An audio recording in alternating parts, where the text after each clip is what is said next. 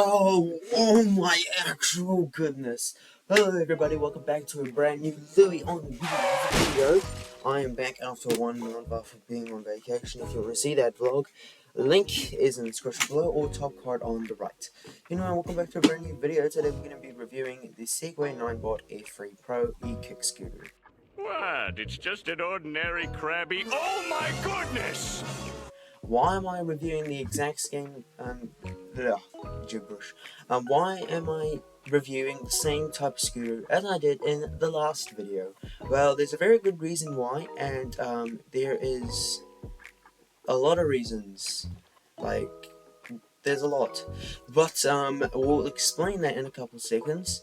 And, we'll be talking about, why I want to get this scooter instead of the blasted InMotion S1F. Anyway, let's get started. So obviously it's got elastometer suspension. Now I talked about this in this video. The InMotion S1F only had spring suspension and there was nothing else. That was just about it. Even the rear suspension was also squeaky as well. I didn't really like it, but I couldn't hear much of it because I was wearing headphones. Maybe without headphones it would have been really bad. But anyways, before we get started, make sure you like, subscribe, and turn on notification bells so you don't miss another Louie on Wheels video. The reason why I'm getting a cheaper and probably horrible electric scooter is due to the fact that my InMotion S1F does not sell in New Zealand anymore. Now they do have the X display model and has a few Ks on the ODO, but no, I want a new one with properly turn signals. So I decided to punch the deadline and I decided to get a Ninebot A3 Pro. Maybe. It has arrived in New Zealand, so it's about this much, about $2,000. Exactly $2,000, in fact. So, before we started, let's just see what we got. And, half of these aren't going to be on the Ninebot Max G3. I was thinking of the Ninebot Max G3, but when I looked at the price, maybe not. Maybe not. I decided to kind of downgrade and get a Ninebot A3 Pro instead. Anyway, I'm still going to stop talking about that, to be honest. So we have the front hydraulic and rear elastometer suspension. So the front has hydraulic suspension, which is nice because on hyper scooters they have hydraulic suspension. Now, I've never synced hydraulic suspension on a commuter scooter. Thank you so much, Segway. And we have elastometer suspension, which I have no idea what it is, so here's a quick, simple Google search of what it is. Anyway, we have 1,200 watts of max power, which is a little bit more than InMotion S1F. The other one was 1,000, now this one's 1,200 watts. Climbing slope of 24 degrees. Now this is the Pro version, so if you go to the F3, it would be about 20. So I think 24% would be at least. I would receive less incline, which is unfortunate. However, I just have to deal with it, unfortunately. Max climbing slope 24%. Are really good. Instead of the 30, they do have 30 degrees on the Max G3. I would really like it, but unfortunately I have to go with the F3. I might switch to the Max D3. I'm still thinking about it, so this is not confirmed, so please be worried. This one does not have boost mode, unfortunately, which is a sad thing to see, but there's probably a good reason why it doesn't have boost mode, but yeah, this 24% max climbing slope, and these ones are they are all in another video, but all of that and that are all in a different video. So if you'd like to check out that video of the Max G3, do look at the link in the description below as well. We also have 70 kilometers of max range as well, with a optimal battery of 131 kilometers. This is a scooter I want, not because of the crappy range it has, because it has 131 kilometers battery. It's sold separately, so basically in the United States it will be in Q3 of this year, so about August, September. In New Zealand we probably won't receive it till February. plus Christmas, so it'll probably be April, to be honest, which is about next year. Aye. But we have a smart TFT display and tubeless self-sealing tires. Now, self-sealing tires are really good because if you get a puncture, it will automatically seal it up.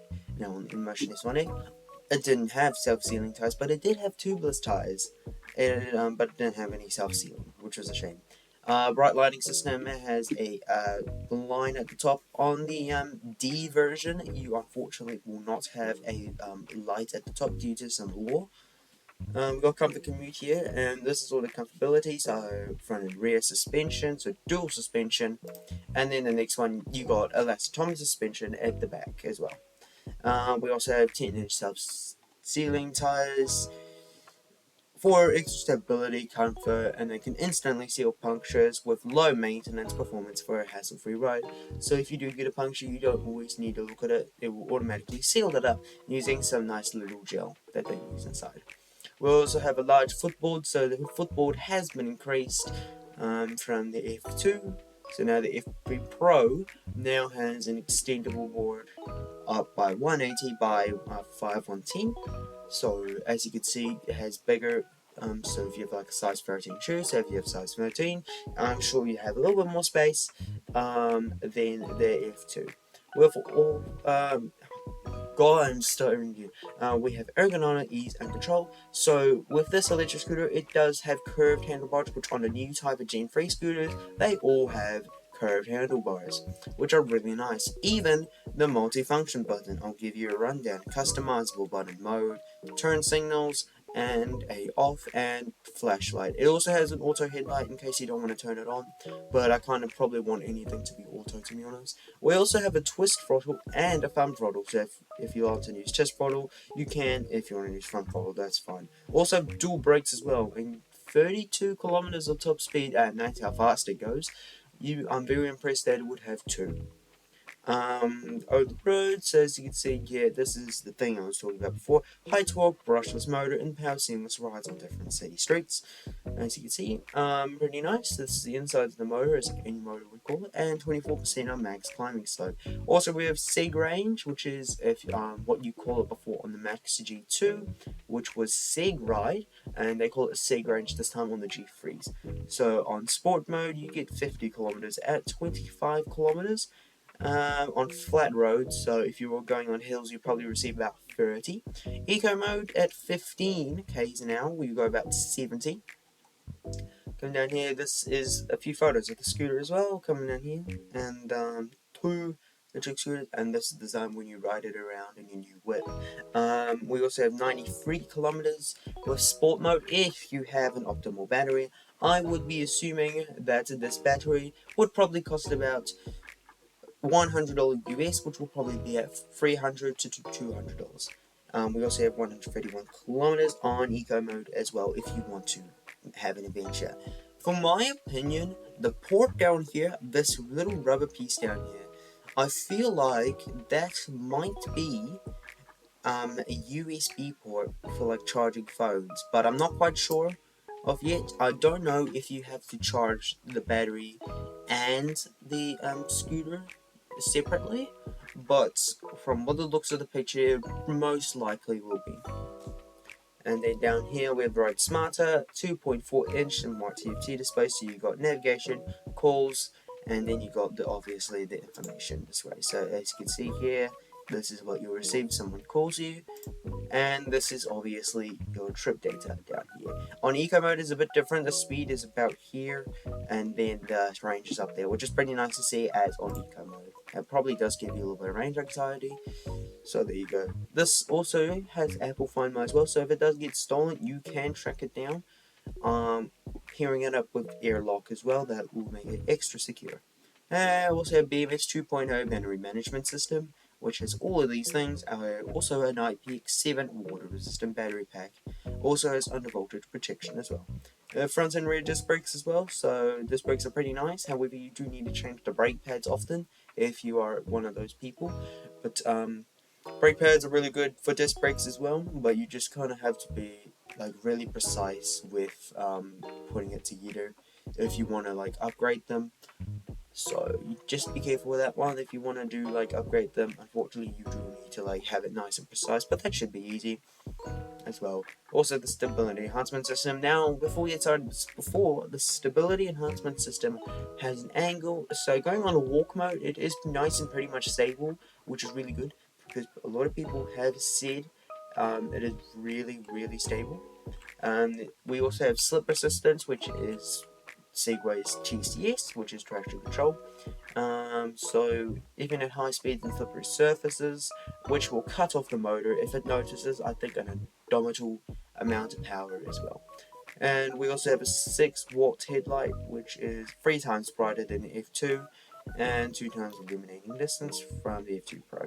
This is nice to see as well because you got a headlight.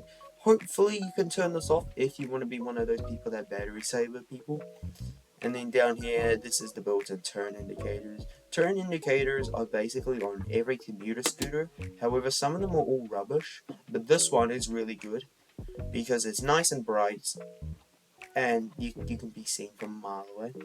And we also have the brake lights, which is nice and should be used. And then we also have the IPX6 water resistant, so it's not waterproof, it's water resistant. And the advanced looking enhancement system. Now this one is a very controversial. I do not recommend you actually use this because apparently there is a flawed design. When I first looked at the Max G3, you could see there are screws here. Now people can most likely unscrew these and they have themselves a fresh new scooter. So I recommend that you probably do attach this to like a metal post instead of this, just because of the screws and how you could take it off easily. It's just unfortunate how that happens, but hopefully they will improve it. Hopefully. It would be better if it was insane though. And obviously this is down here. So this was basically it. This is the scooter that I want. At most, the Ninebot E3 Pro. What is it better than the InMotion S1? Most likely, no. But probably would be better. The only thing that's keeping me hyped here is the built-in hook as well, because as you can see there's a built-in hook, and the turn signals and the smart TFT display is really nice as well, along with all other features it has. The G3 has more features. That's really expensive though, and kind of does suck because it's 2,500. Anyway, that's going to be it for this video. I just wanted to show you what scooter I am. I am now back. Thank you very much for watching this video. If you did, nice, like and subscribe. And I will see you guys in the next video. See ya.